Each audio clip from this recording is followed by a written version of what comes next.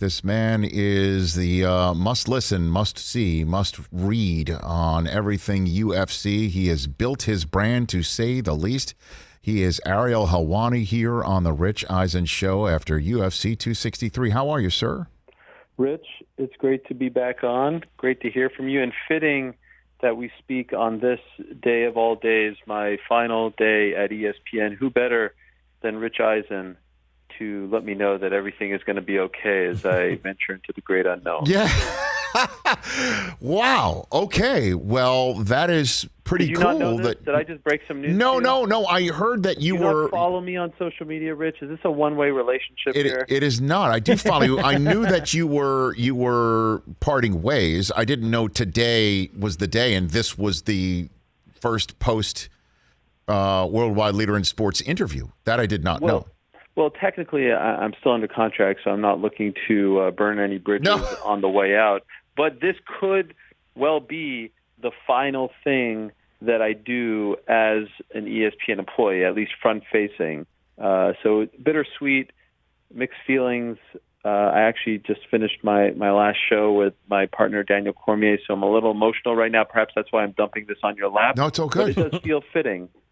Considering your history there and all that you've accomplished afterwards. Well, I'm happy to talk about it with you. I mean, look, some of my greatest days of my life, and not just professionally, was at ESPN. And, oh, great! You know, I've made a huge mistake. No. No, and I met my wife in the newsroom there. My children are technically ESPN babies because of all that. And you know. I will shoot you straight. The ESPN platform is immense, absolutely immense. I still get people humming the SportsCenter theme to me in the airport, and I'm like, I'm not there anymore. It's been 18 years, and they don't know. Like so that's the good part is they'll just assume wherever you are, it's still ESPN anyway. I was just going to say, none of this is making me feel better, by the way. No. But I've had 18 other immensely successfully enjoyable years, and so the grass is green, man. It's just as green as it was with you being where you were, Ariel. Literally and figuratively, right? If you get what I'm saying. No, I feel like you really honed in on the word green. But the truth is, as I'm trying to make light of all this, working for ESPN at ESPN was a dream come true because of people like you. The fact that I can call you a friend and that we have a relationship is still surreal to me. And I would be lying if I said I expect it to last just 3 years. I was hoping for a run quite, maybe not quite like yours, but at least similar in length. But it's a crazy business, and it was my decision to leave, and I'm excited about the future. But I agree with everything. Like it's, obviously a lot more people know who I am. The platform, the spotlight, the profile is all much bigger. But I feel at peace with it all, and I'm very excited about what's to come. Okay, and just as much as you want to share, do you know what's to come? Do you have an inkling? Should I break the news right here and now? Sure, if you got it for me. Sure. Andrew Marchand, Online One, please. The guy's incessant. He just won't stop bothering me. I bet. The truth is, I don't have anything signed, so I don't feel comfortable just yet. I'm working with a great publicist named Zach Rosenfield. Set it all up, Zach, and it's going to be great. That's great, man. Good hands. You are in great hands. Yeah. He's the publicist of this show, and me personally, and also Nate Diaz. Yes, I love that. Nathan Diaz, Rich Eisen, two clients for the same person. I texted him after UFC 263. I actually posted this. I got his permission to post it. I'm like, I don't know who else you represent, but if I'm on one end of the spectrum of who you represent, Nate Diaz has to be on the other end of it. So I guess let's get into that. Have you ever seen a fighter or any athlete who loses and gets the hearts and minds of the fan base to the point where it feels like you won? And Nate, I'm so happy that you take that angle, because that is Nathan Diaz and his brother Nick, who for the longest time was way more popular than Nathan, but now Nathan has become a bigger star because of his activity, beating Conor, etc. That's them in a nutshell. Like if you were just some casual sports fan and you went up to Wikipedia or something and you looked up Diaz's record and you're like, what, 13 losses for this guy? Like this guy is a pedestrian journeyman fighter. But that's not understanding the magic of who he is and why people love him so much. The magic of who he is and why people love him so much is because of those 60 seconds, because he can lose a fight for 24 straight minutes. Nothing was in doubt. He was en route to losing, and then turn it on in the final 60 seconds. And then, as you said, walk out feeling like the winner, controlling the narrative, having people even more excited about him, having them forgetting about the 24 previous minutes. It's really an incredible thing that only he can pull off because he has an incredible charm. He's a very smart guy. He doesn't get enough credit for how smart he is. And in MMA, thankfully, wins and losses don't mean as much as they do in boxing, where they're fixated on 45-0, 24-1, all this stuff. In MMA, the fans love you if you're real, if you're authentic, if you fight your heart out, if you bring it, if you're entertaining. And some of the best fighters in the history of the sport have double-digit losses like Diaz. But no one quite has a cult-like following like him. Everyone loves him. And credit to him, I wrote this on Saturday. Leon Edwards won the fight, but Nathan Diaz won the night. And once again, he proves that he doesn't need a W next to his name in order to gain new fans. He did it on Saturday for the way in which he ended that fight. Especially when, he performs at his best when bleeding profusely, and then he takes the Pineapple Express to the post-game press conference, the post-match podium, and then so what's like next for him? What's his future? What do you think? For Nate Well, Diaz? He's in a great spot because, again, he picked Leon Edwards. Leon Edwards was the guy on the 9-fight unbeaten streak. Diaz was the guy who was coming off a loss, who wasn't ranked, and said, I want to fight him. And Edwards, who some would argue should just wait for a title shot, was like, no, I'll fight this guy who's unranked. That's just how big of a star Nathan Diaz is. Back in 2014, if I may, Diaz was in talks to fight someone, and he was giving UFC president Dana White some headaches, as he's been known to do. And I was at a media scrum. Dana was there holding court, and he went on this tangent about how Diaz doesn't have any right to ask for X, Y, and Z, and famously said, Nathan Diaz is not a needle mover. This is a quote that you can look up. It's on YouTube. People wrote about it. And it's just so amazing to me that he is one of the very few needle movers in the sport. Like, this man moves the needle. The biggest stars in sport, in entertainment, go out of their way to watch this man fight. And so the world is his oyster. I think we wait and see what happens July 10th against Dustin Poirier, Conor McGregor fight. And then if Conor loses that fight, and guess what? Even if he wins that fight, it might be the time to finally do that trilogy. You don't want to wait too long. Diaz is hot. Conor will be hot again. I would like to see it before it's all said and done. I think the fans would as well. Ariel Helwani here on the Rich Eisen Show. What are the other headlines that stick to you out of 263, Ariel? Well, there's a young man named Brandon Moreno who's the first Mexican-born UFC champion ever. He won the title on Saturday, defeating Davison Figueiredo, the flyweight title. And this is a really big deal for the company. As you know, Mexico history. They love their fighting over there, but the UFC hasn't quite broken through with its own star over the years. They've tried really hard. They've done reality shows, open gyms, held events, all this stuff and more, but they never quite broke through. They had a Mexican-American champion, a heavyweight champion several years ago named Cain Velasquez, but not the same. Moreno is from Tijuana. His family has a piñata making business. Like, they are Mexican through and through, and he is as entertaining as it gets, has an incredible personality. He was cut from the UFC 3 years ago, works his way back up, and now he's the first Mexican-born champion in the history of the promotion. He's going to open a lot of doors for them. He's going to be a huge star if they promote him correctly. And then, of course, the other big one, Israel Adesanya, returning to his natural weight class, 185 pounds, defeating his rival Marvin Vettori. Great performance, I thought, out of him. And he, of course, is still one of the big faces, one of the stars of the UFC. Well, we've had him on this show twice, and I mean, I am so much a fan of his, just his wattage, his personality, his enthusiasm. I mean, it's there's really not many people like Israel. What is his next step in reality in his future? As you know, he's been on this show, and I will just say, this was not my language. He still wants to take Jon Jones and scratch his manhood across his face in the home of the Las Vegas Raiders. Like, that's literally what his plan is. Is that a possibility?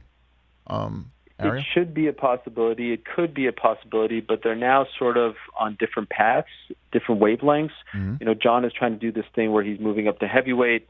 Izzy is now at 185. So there's now one full weight class in between them, which is the 205-pound division, the light heavyweight division. They can obviously meet in the middle, but it seems like Jon, who's having his own contract issues with the UFC again right now, is really focused on this heavyweight title. And so there is a chance, I think a lot of people, and even Izzy for the longest time, was predicting that they would meet in July at Raider Stadium. That's obviously not going to happen. There were people who thought at some point in 2021 they would fight, and now it's looking like they're going in complete different directions. So it would be unfortunate because they have a lot of heat. They're very much not on the same page. They don't like each other. But honestly, at this juncture, I wouldn't be surprised if they don't, if only because, Jon's going up from 205 to heavyweight. Izzy's now comfortable at 185. He moved up to 205 recently, lost that fight. Crazier things have happened, but right now I don't suspect it's next for either man. All right. So what's the next big fight for you and a big story for you, Ariel Helwani? Other than trying to find employment, it would be July 10th, Las Vegas, the return of Conor McGregor. Nothing bigger than Conor, nothing bigger than that. The trilogy fight against Dustin Poirier. And, of course, Dustin beat him in July in the rematch. So there's a lot at stake here for Conor. The winner of this fight is going to fight for the lightweight title. And Conor is still such a big draw, but he needs to get that W. He needs to get back on track. Your drawing power will only stick around. In MMA, they're a lot more lenient, like I said, in boxing. So it will only stick around for so long. He needs to get this win over Poirier, a guy who he beat, around 7 or so years ago. But top of mind right now, if I'm being honest with you today, Rich, it is game one of the Eastern Conference, as I like to say, semifinal, even though I don't even understand what they're doing, Stanley Cup, whatever. My Montreal Canadiens, yes, Les Habitants, going to Vegas of all places, that decrepit town, looking to get game one tonight, led by the great Carey Price. I know you're a big hockey show. I'm sure you spent 3 hours talking about it already, but I had to get a plug in for my Canadiens. You tonight. should, Ariel. It's been a while since they won. It's sort of like 1993. I know, like if somebody's born, like Kyler Murray said over the weekend that he never rooted for the Cowboys because they were always, to use his phrase, ass. And he was born in 97. So when were you born, Ariel? I was born in 1982. Okay. They had success in the 80s. Don't remember it very well. I do remember 93. Oh, yeah. They beat the Kings in 5 games. The parade, I remember all of that. And no Canadian team has won a cup since then. Well, that's because they checked. That's because they checked McSorley's stick, Ariel. You know that, did, right? And what a move it was! It was so savvy. You weren't at ESPN at the time, right? No, I got to ESPN in 1996. So. Okay. Yeah. But that's a great call from you. Yeah, the great Jacques Demers pulled that one out of his back pocket. Oh yeah. In the stick. It was when I was at Michigan, Jacques Demers was the head coach of the Red Wings. Yes. So course, I remember Jacques in those times. Okay, well that's pretty cool. You got that, and then the Knicks made the playoffs. That's Are you good. ready to say sorry? Sorry for what? What am I saying sorry for? Come on, Rick. I mean, first of all, you were in Mr. Negative Nancy the entire season. You could.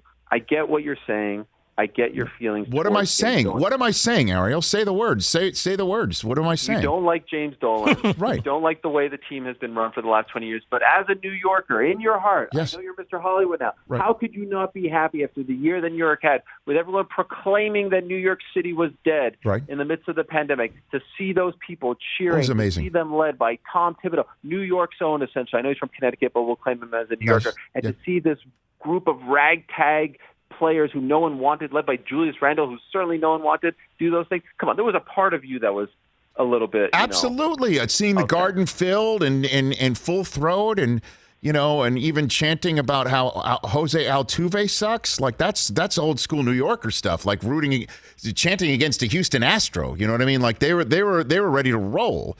And I just heard the arena in full throat, and it was amazing. And then I just remembered how much, with a white-hot fury, I hate the owner and how he treats fans and how he views them as basically pawns in his game, just like Charles Oakley, and I still can't get through it. I can't. I just can't, and I could still be a New Yorker through and through and not have to root for the Knicks. I just won't use them as my identity as a New Yorker. In the same way, wait for it, Ariel. You ready? Here I'm going to come over the top. In the same way that your identity is not tied to ESPN in terms of who is. Seriously, you are who you are. You do your job the way you do your job. You have a fan base because people are attracted to your style and who you are, and you are your own fingerprint. You are your own personality and your own brand. ESPN gave you an immense platform and you utilized it. And the fact that you are not with them anymore doesn't mean that they don't like you or think you're not as good as you used to be or anything like that. It's business. Now go move on and go find your next thing, and you're still who you are. That's why I'm still a New Yorker. I don't need James Dolan's team and laundry to tell me I'm a New Yorker. How does that sound? Well, I was going to come back with some sassy reply. Go for it. I love it. That's the New Yorker in us. And we don't root for the owner. We root for the jersey and the team and what they represent and the memories and the joy. And we only have one life to live, and so if this brings us joy. But then you come back with that, that piece of advice, and I have so much respect for you. I can't say anything to that. You can't. No, I know. I went personal there, but it is still personal to me that he put Oakley in overnight. I just can't. I can't. 100%. That broke it, man. That broke my bond. But weren't you done before then? I was close, but I was still rooting for the team, but it was still great to see them, and everything that they do, and what they stand for in terms of a New Yorker's scrappiness, right? I totally buy into that. I get it. But if I lived in New York and I wanted to see great basketball, I would take the trip to Brooklyn, man. I really would. Don't say it. I would. It's a fact. Come on. New Jersey team, don't say that. You don't mean that. What? I absolutely do. If I lived in New York, I would do that. I would do that. You hear that organ, you hear that defense, you think back to the 90s. And by the way, I saw a lot of people, speaking of the Nets, like the day that Kyrie and KD, announced that they were going to Brooklyn, a lot of people said this is the darkest day in the history of the Knicks. Not even close to the darkest day. The darkest day was that night in February back in, I believe, 2017 when they dragged Oakley out of Madison Square Garden. That was the darkest day. Oakley and his number 34 should be in the rafters. Starks and his number 3 should be in the rafter. Mason and his 4, like what those teams meant, the 90s Knicks teams, to all of us, it's crazy that they don't honor them more. So I couldn't agree with you more. But now as a parent and as a father of 2 boys who are growing up loving sports, like I want them to have that feeling. And maybe you could say, oh, you're doing them a disservice. You should go make them Lakers fans or something like that. But no, that's my team, orange and blue, Patrick Ewing, 33, Van Gundy. And Dolan can never take that away from me. He could do whatever he wants to the fans. But from my couch at home, I will root for the Knicks because he doesn't represent the Knicks, in my opinion. Ariel Helwani, everybody. All right, Ariel. Well, whatever your next stop, let me know. I will have you on anytime you want to promote anything that you are doing. I just hope you go to a place that allows you to do what you want and makes you feel the way you deserve to feel, and allows you to come on, because the number of people that eventually go, I just joined this place, they won't let me come on your show, I've lost track. So hopefully, that ain't happening.